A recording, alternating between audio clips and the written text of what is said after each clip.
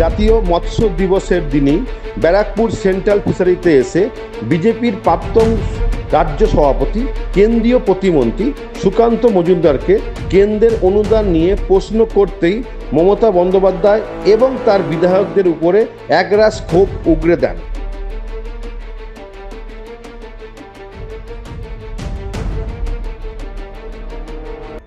কারণ তৃণমূল কংগ্রেস আদপে বলে না old wine in new bottle.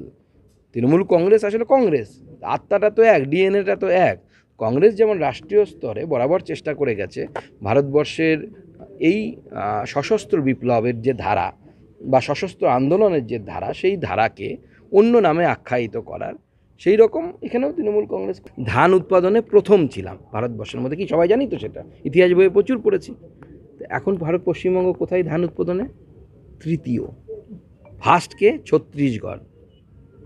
তাহলে কি হচ্ছে? অন্যরা তো এগিয়ে যাচ্ছে, যারা খারাপ স্টুডেন্ট তারা ভালো পড়াশোনা করে এগিয়ে যাচ্ছে, আপনি পারছেন না, তার মানে পশ্চিমবঙ্গের মধ্যে দোষটা আছে।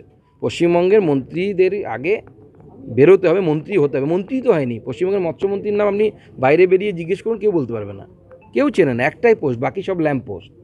ল্যাম্প পোস্ট দিয়ে কাজ হবে না, আগে মন্ত্রীর মতো মন্ত্রী হতে হবে। বিধায়ক হয়েছেন মানে তৃণমূল কংগ্রেস বা দলের বিধায়ক, তারা ভাবছে তারা কৃপা করেছেন ভারতবর্ষের প্রতি, পশ্চিমবঙ্গের প্রতি। তারা দু চারটে মানুষ মারতেই পারে, এই ধরনের মানসিকতা নিয়ে তো এরা বড় হয়েছে। এদের এই মানসিকতার পরিবর্তন আসবে। আমি তো বলবো উড়িষ্যা সরকারকে এফআইআর করে তাকে তুলে নিয়ে যাওয়ার জন্য। আজকে